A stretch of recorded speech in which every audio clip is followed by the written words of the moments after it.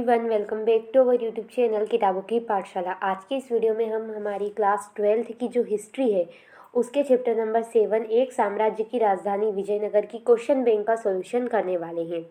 ये इसका पार्ट 1 है जिसमें हम जो हमारे 1 मार्क्स के क्वेश्चन है और उसके अलावा जो 2 मार्कर क्वेश्चन है उनका सॉल्यूशन देखेंगे।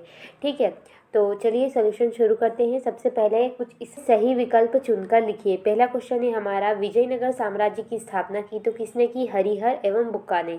किस विदेशी यात्री ने विजयनगर की तुलना रोम से की? तो कौन था वो? Domingo press. उसके बाद हम्पी के भग्नावशेषों की खोज किसने की? तो हम्पी के भग्नावशेषों की खोज कर्नल कॉलिन मैकेंजी ने। उसके बाद बहमनी साम्राज्य की स्थापना कब हुई? तो वो हुई थी 1347 में। उसके बाद यूनेस्को ने हम्पी को विश्व पुरातात्विक स्थल कब घोषित किया? तो 1986 में। ठीक है, तो इस तरीके से सही विकल्प कंप्लीट होते हैं। रिक्त स्थान की पूर्ति की तरफ बढ़ते हैं। पहला क्वेश्चन है, हम्पी का पहला सर्वेक्षण मानचित्र ने तैयार किया? तो कर्नल कॉलिन मैकेंजी। उसके बाद कर्नल कॉलिन मैकेंजी रिक्त स्थान में भारत का सर्वेयर जनरल बना तो कब बने थे? तो 1815 में। उसके बाद अमुत्य माल्यद की रचना हुई तो अमुत्य माल्यद किसकी रचना है? तो कृष्णदेव राय की। उसके बाद रिक्त स्थान में गोवा पर पुर्तगालियों ने विजय प्राप्त कर ली थी तो 1510 में ही विजय प्राप्त कर ली थी। उसके बाद विजयनगर राजाओं के शासक की आदेश रिक्त स्थान लिपि में लिपिबद्ध किए जाते थे। किस लिपि में? तो कन्नड़ लिपि में। ठीक, तो सही विकल्प भी कंप्लीट होते हैं। अब बढ़ते हैं एक शब्द और एक वाक्य में उत्तर की तरफ। पहला प्रश्न है, विजयनगर को हम्पी नाम कैसे मिला? तो उनकी जो मातृ देवी थी पंपा देवी के नाम से। ठीक है, पंपा देवी के नाम से। अब स्क्रीन पर आंसर देख सकते हैं। विजयनगर को हम्पी नाम उनकी मातृ देवी पंपा देवी के नाम से मिला। दूसरा, यवन शब्द का प्रयोग किन लोगों के लिए किया जाता है? तो जैसा कि आप स्क्रीन पर देख सकते हैं, यूनानियों और उत्तर पश्चिम से आने वाले अन्य लोगों के लिए किया जाता था। उसके बाद नेक्स्ट है, तालीकोट का युद्ध कब हुआ था? तो तालीकोट का युद्ध हुआ था 1565 ईस्वी में। ठीक, उसके बाद नेक्स्ट क्वेश्चन है, विजयनगर में दो प्रसिद्ध मंदिर कौन से थे? तो एक तो विरूपाक्ष मंदिर, विरूपाक्ष, और दूसरा विट्ठल मंदिर। ठीक है, विट्ठल। तो ये दो मंदिर थे। उसके बाद विजयनगर के किन निर्माणों को पेश ने संयुक्त रूप से विजय का महल कहा? ठीक है, तो जो सभा का मंडप था, सभा मंडप, और जो महानम्मी डिब्बा था, उनको उसने संयुक्त रूप से विजय का भवन कहा। ठीक है, महानम्मी डिब्बा, जैसा कि आप स्क्रीन पर देख सकते हैं, सभा मंडप और महानम्मी डिब्बे को विजय का भवन कहा। इस तरीके से एक शब्द और एक वाक्य में आंसर कंप्लीट होते हैं। प्रश्न क्रमांक 4 को देखेंगे। विजयनगर के शासक अपने आप को राय कहते थे? तो जी हाँ, सत्य, विजयनगर के शासक अपने आप को राय कहते थे। उसके बाद लोटस महल राष्ट्रीय केंद्र में सबसे सुंदर भवनों में से एक था? तो जी हाँ, सत्य। उसके बाद विजयनगर के देवता विट्ठल भगवान शिव के रूप माने जाते थे? तो जी नहीं, असत्य। ठीक है, उसके बाद राजकीय केंद्र बस्ती के उत्तर पश्चिमी भाग में स्थित था? तो जी, इसका भी आएगा असत्य। उसके बाद तालीकोट का युद्ध में बरार नामक राज्य ने हिस्सा लिया था? तो इसका भी आएगा असत्य। ठीक, तो इस तरीके से हमारा सत्य असत्य भी कंप्लीट होता है। सही जोड़ी की तरफ बढ़ेंगे। पहला क्वेश्चन है, बुक्का। तो बुक्का किस वंश से संबंधित है? तो संगम वंश से। वीर नरसिंह किस वंश से संबंधित है? तो तुलु वंश से। ठीक है, रंग तृतीय किस वंश से संबंधित थे? तो आराविंदु वंश से। डोमिंग प्रेस तो पुर्तगाल से आए थे। निकितिन तो रूस से आया था। ठीक है, तो इस तरीके से सही जोड़ी भी कंप्लीट होती है। अब हम अति लघुत्तरी क्वेश्चन यानी कि 2 अंक के प्रश्नों की तरफ आ चुके हैं। इसमें पहला प्रश्न है, रायचूर दोआब से क्या तात्पर्य है? यानी कि रायचूर दोआब किसे कहते थे? तो चलिए देखते हैं इसके आंसर को। तो जैसा कि आप स्क्रीन पर देख सकते हैं, तुंगभद्रा और कृष्णा नदियों के बीच का जो क्षेत्र था उसे रायचूर दोआब कहलाता था, या उसे रायचूर दोआब कहा जाता था। तो कृष्णा और तुंगभद्रा जो नदी है उसके बीच का क्षेत्र। ठीक है, तो ये पहला क्वेश्चन कंप्लीट होता है। दूसरा क्वेश्चन है हमारा, गोपुरम से आप क्या समझते हैं? और तीसरा जो क्वेश्चन है, महानम्मी डिब्बा में मनाए जाने वाले धार्मिक आयोजनों का वर्णन कीजिए। तो इन दोनों क्वेश्चन यानी कि दूसरे और तीसरे का एक साथ में आंसर देखते हैं। तो जैसा कि आप स्क्रीन पर देख सकते हैं, गोपुरम जो है वो राजकीय प्रवेश द्वार होते थे, यानी कि बहुत बड़े इस तरीके से बने हुए एक बहुत बड़े प्रवेश द्वार होते, ठीक है। और जो लंबी दूरी से मंदिर होने का संकेत करते थे, जहाँ पर भी ये गोपुरम दिखाई देते थे तो उससे स्पष्ट हो जाता था कि यहाँ पर मंदिर है, ठीक है। ये मंदिर छोटे होते थे जबकि उनके प्रवेश द्वार और ज़्यादा बड़े होते थे। तो ये तो दूसरे क्वेश्चन का आंसर हो गया कि गोपुरम क्या है, तो एक प्रवेश द्वार है बहुत बड़ा। उसके बाद तीसरा था महानवमी डिब्बा में निम्नलिखित धार्मिक आयोजन किए जाते हैं, ठीक है। सितंबर तथा अक्टूबर के शरद मासों में मनाए जाने वाले 10 दिन के जो हिंदू त्यौहार है, जैसे दशहरा हुआ, दुर्गा पूजा हुआ, नवरात्रि हुई, महानवमी हुई, तो ये सारे जो महानवमी डिब्बा है वहाँ पर ये सारे जो त्यौहार है वो सेलिब्रेट किए जाते थे, यानी कि मनाए जाते थे, ठीक है। तो ये हो गया थर्ड क्वेश्चन का भी आंसर। बढ़ते हैं फोर्थ क्वेश्चन की तरफ। अब नेक्स्ट क्वेश्चन हमारे सामने यहाँ पर है, विजयनगर के शासकों की मंदिर निर्माण में रुचि का क्या कारण था। विजयनगर के शासक जो थे वो मंदिर बहुत उन्होंने बनवाए, तो इसका क्या कारण है, और कुदीराई चेट्टी कौन थे। तो इन दोनों क्वेश्चंस का आंसर यानी कि फोर्थ एंड फिफ्थ का एक साथ देखें। तो जैसा कि आप स्क्रीन पर देख सकते हैं, शासक अपने आप को ईश्वर से जोड़ने के लिए मंदिर निर्माण को प्रोत्साहन देते थे।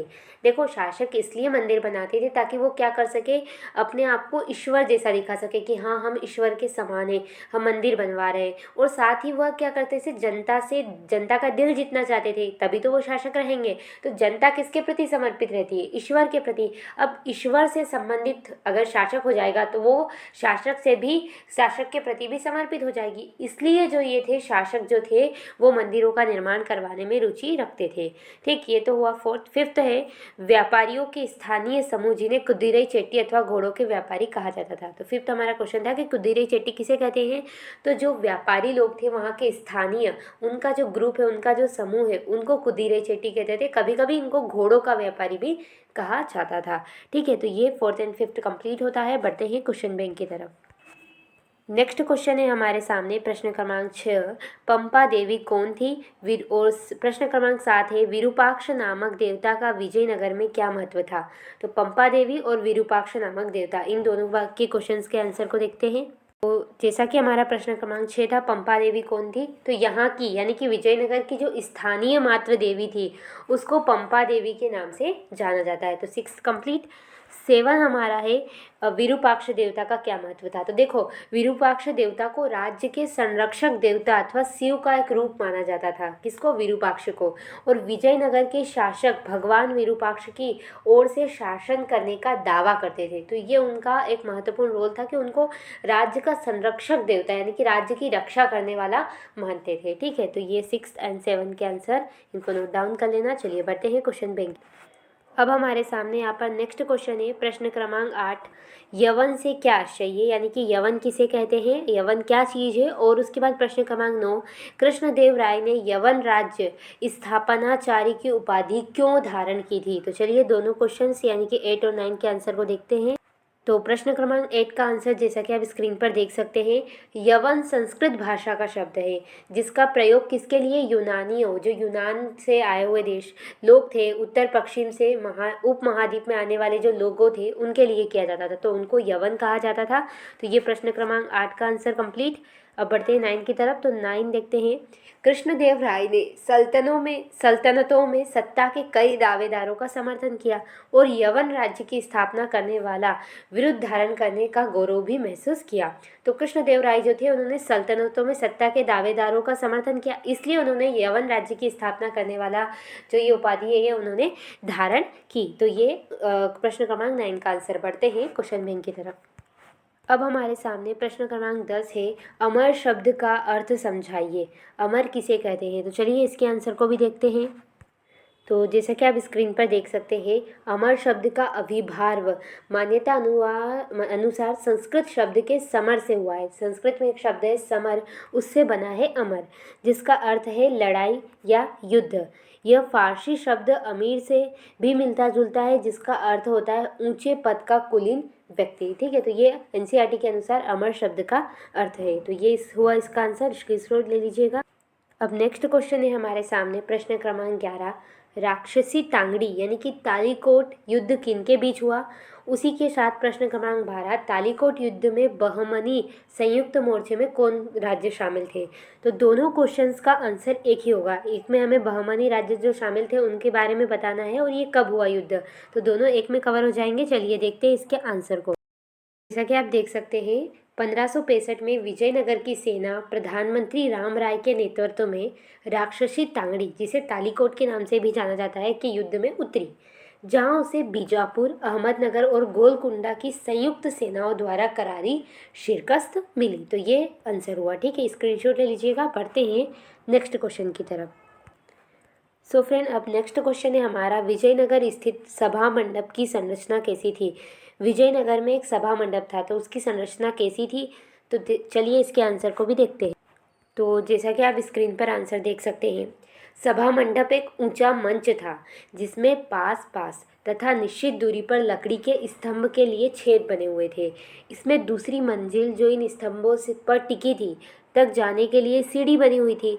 स्तंभों के एक दूसरे में से बहुत पास पास होने से बहुत कम खुला स्थान बचता होगा और इसलिए यह स्पष्ट है कि यह मंडप किसी प्रयोजन के लिए बनाया गया था। स्पष्ट नहीं है कि यह किसी प्रयोजन के लिए बनाया गया था क्योंकि जगह बहुत कम है, खंभे आसपास में है। अब मंडप जैसा तो है, इससे हम ये तो बोल सकते हैं कि हाँ यहाँ पर कुछ प्रयोजन यानी कि कुछ आयोजन होता होगा, लेकिन जगह तो बहुत कम है। इस आधार से जो हमारे इतिहासकार हैं वो एक तरीके से कंफर्म नहीं है हमें कि हाँ ये किस लिए था, बस। ठीक है, तो ये है सभा मंडप की संरचना। ठीक है, तो ये कंप्लीट होता है। बढ़ते हैं क्वेश्चन बैंक की तरफ। क्वेश्चन है हमारे सामने, इंडो इस्लामिक शैली क्या थी। तो और साथ में प्रश्न क्रमांक 15, प्रेस ने कृष्णदेव राय का वर्णन किस प्रकार किया। तो दोनों क्वेश्चंस यानी कि 14 और 15 का आंसर एक साथ देखते हैं।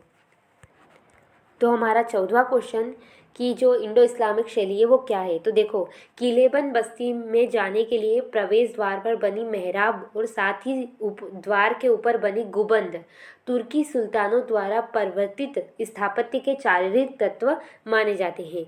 कला इतिहासकार इसी शैली को इंडो इस्लामिक हिंदी और इस्लामिक कहते हैं क्योंकि इसका विकास विभिन्न क्षेत्रों में स्थानीय स्थापत्य की परंपराओं के साथ संपर्क में हुआ है। देखो, जो तुर्की सुल्तान थे उनकी जो शैली और यहाँ की शैली का जो मिक्स रूप वहाँ पे देखने को मिलता था उसको ही इंडो इस्लामिक शैली कहा जाता था। ठीक है, तो ये इसका आंसर हुआ। उसके बाद हमारा लास्ट क्वेश्चन था कि प्रेस ने कृष्णदेव राय का वर्णन कैसे किया। तो प्रेस राजा का वर्णन कुछ इस प्रकार करता है, मझला कद, गोरा रंग, अच्छी काठी, कुछ मोटा, राजा के चेहरे पर चेचक के दाग है। तो इस तरीके से वो कृष्णदेव राय का वर्णन करता है। तो ये इसका आंसर हुआ और जो 14 था उसका भी आंसर। तो अब ठीक है, हमारे 14-15 कंप्लीट होते हैं। बढ़ते हैं क्वेश्चन बैंक की तरफ। सो फ्रेंड, इस तरीके से हमारे जो 2 मार्कर क्वेश्चन थे 2 अंक के वो कंप्लीट हो जाते हैं। तो इस तरीके से हमारे सारे अति लघुत्री भी कंप्लीट होते हैं। अब आगे के जो लघुत्री क्वेश्चन है, ठीक है, उनको हम पार्ट 2 में देखेंगे। अब पार्ट 1 में हमने सारे हमारे 2 अंक और 1 मार्कर कंप्लीट कर चुके हैं। आई होप इस वीडियो से आपको हेल्प हुई हो तो प्लीज़ वीडियो को लाइक करें, शेयर करें, subscribe this channel. Thanks for watching. धन्यवाद।